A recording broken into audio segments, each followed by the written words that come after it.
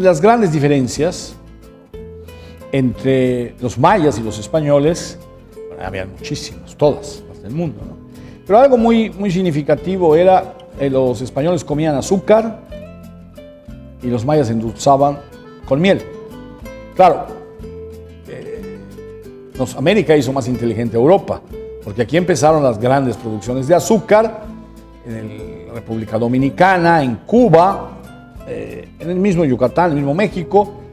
Y antes solo el azúcar era para las clases altas, importaba de África, ¿no?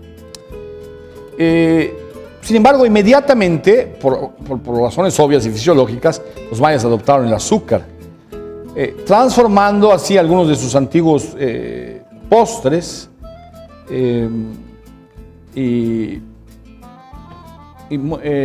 con leche inclusive, ¿no? Y azúcar. Los españoles de la colonia hacían 5 comidas al día, como los franceses. Al despuntar el alba, tomaban el desayuno. El desayuno es quitar el ayuno, dejar de estar en ayunas. A media mañana tomaban un almuerzo. Pasado el mediodía se comía, a las 4 de la tarde se merendaba y por la noche se cenaba. Esto había esa intuición, ya lo hemos dicho, para mantener el metabolismo y no subir de peso. No se comían grandes cantidades, además se hacía mucho ejercicio. Para todas estas comidas los españoles requerían pan de trigo, que a veces en el Nuevo Mundo se sustituía con el pan de elote. Muy bueno, desde luego. Durante la colonia y hasta antes de las reformas borbónicas en el siglo XVIII, una vez al año salían de Sevilla o del Gran Puerto de Santa María de Cádiz 2 embarcaciones trayendo las mercancías para la provincia de Yucatán. De ahí la escasez y carestía de algunos productos. Ya en 1564, don Luis de Céspedes y Oviedo se asombraba del costo de algunas mercancías en la Nueva España. El trigo que se traía iba directamente al convento de frailes, que estaba en La Mejorada, y después allá en San Benito, ¿no? Los dos. Y también al de las monjas concepcionistas que ya hemos visto.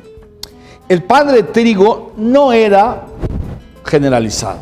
Se tiene alguna noticia de que en los conventos el desayuno de los frailes consistía en chocolate, que eso sí es una aportación de México al mundo, con pan de trigo, costumbre que siglos después se generalizó al punto de que se decía tomar chocolate. Tanto desayunar como cenar. O en algunos casos se decía beber. Se acepta que no fue sino hasta el siglo XVIII que el pan de trigo se empieza a elaborar fuera de estos conventos. Bueno, el pan de trigo, ojo. Las panaderías que surgieron en aquel entonces hacían básicamente un pan de levadura amasado y batido, que hasta bien entrado el siglo XX se conocía como pan batido, muy común en las mesas yucatecas, aunque la popularidad indiscutible ya la tenía el llamado pan menudo, es decir, por piezas chicas. Durante la colonia y el siglo XIX a estos panes se les llamó panecillos. En esa época se consumían el pan de manteca, llamado de polvo, los hojaldres, que posteriormente se empezaron a llamar hojaldras, que tienen una técnica, tienen que soplarse. Si están aplastados, eso no es hojaldra. Y obviamente no se hacían de jamón y queso, esta es una perversión. Y los pasteles estilo Yucatán que hasta hoy consumimos y que más tarde dieron lugar a la variante de los cuellos, quiero decir, los rombos con mantequilla. Del pan de polvo devinieron los polvorones, que fijaron su personalidad, que hoy les conocemos al final del siglo XIX con el afrancesamiento. La manteca se usó en un principio en Yucatán como el sustituto natural de la mantequilla, que era el insumo europeo.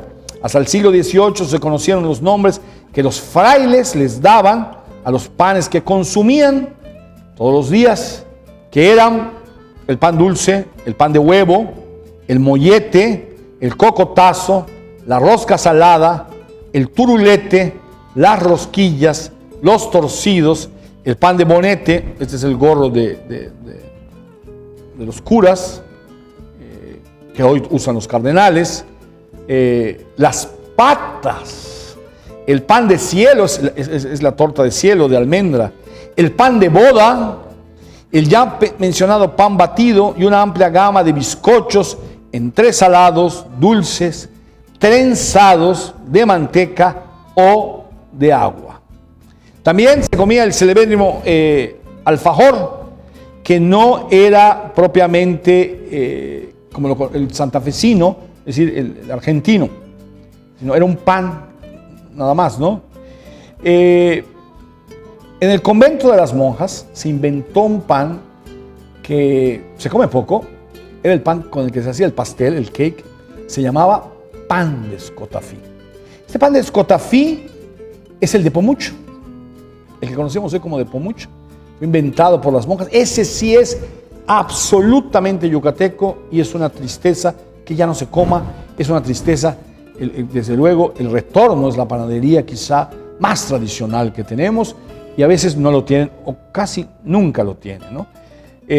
También de ese lugar del convento salieron las panetelas y las biscotelas, y hicimos un trabajo al respecto. Estos dos panes tienen una particularidad: no se amasan, sino que se logran a partir de huevos batidos a los que se les integra la harina de trigo, la levadura en polvo, el azúcar y la almendra, aderezándolos posteriormente con nuez moscada y anís. Estos panes se horneaban hasta que se lograba una consistencia quebradiza, proceso al que se daba por nombre bizcochar el pan. Hubo unas grandes panaderías y chocolaterías, así se les llamaba porque se tomaba chocolate en Yucatán, era muy común. Bueno, y grandes panaderías en el centro, la Vieja, la Colonial. De un anuncio de 1906 se tomó esta lista de la Sin Rival, que era propiedad de don Santiago Herrera Sansores, el nombre de estos panes. 1906. Pan riñón, regenerador, pan breda, mexicano, ensimismada, de novio, todavía se hace en el retorno, de espinos, también se hace en el retorno y en otras panaderías. El sorongo, el presidencial, el pan de leche, lo hacía doña Elena Vales, también, yo no sé si lo sigue haciendo. El pan de cielo, de huevo, el batido, el payaso, el pan de cake, el bazar de mantequilla, de almendra, la espirilanina, el hojaldre, eso tiene nombre de medicina, las liras, los peces, las patas de queso, las roscas saladas, las lisas, las trenzadas de polvo, una rosca presidencial, los corazones de hojaldre, el caracol, el pan de anita, panecillos de mantequilla y de leche, el famosísimo y gran pan francés, eso ya nos ocuparemos en un comentario, los bizcochos dulces y salados, las galletas dulces de manteca, de agua y marinas, los polvorones, los alfajores, las panetelas, las biscotelas, etc. En 1935 vemos de otra panadería esta lista de panes: pan payaso, pan maciste, pan bazar, pan regenerador, galletas francesas, que de acuerdo a su descripción es lo que luego conocimos como bolas francesas, galletas maicena, galletitas de canela, panqué de limón, ya son otros nombres, panquecitos de clara, biscuits, mantecados especiales, cuques especiales, pan de huevo estilo mexicano, el famoso pan de caja, los brioches. Brioche es un tipo de hacer pan que se hace suave por dentro, duro por fuera. Está vinculado a la Revolución Francesa, porque dicen que María Antonieta, cuando los amotinados dijeron en el palacio, queremos pan, no tenemos pan, no tenemos pan, era un pan duro de centeno, un pan muy compacto el que se comía, el más fino el brioche. Dijo María Antonieta, si no tienen pan, ¿por qué no comen brioches? Que es bollo. Se dice que Lo que dijo no fue brioches, dijo pasteles. Bueno, el caso es que eso le costó que le cortaran la cabeza a la dama.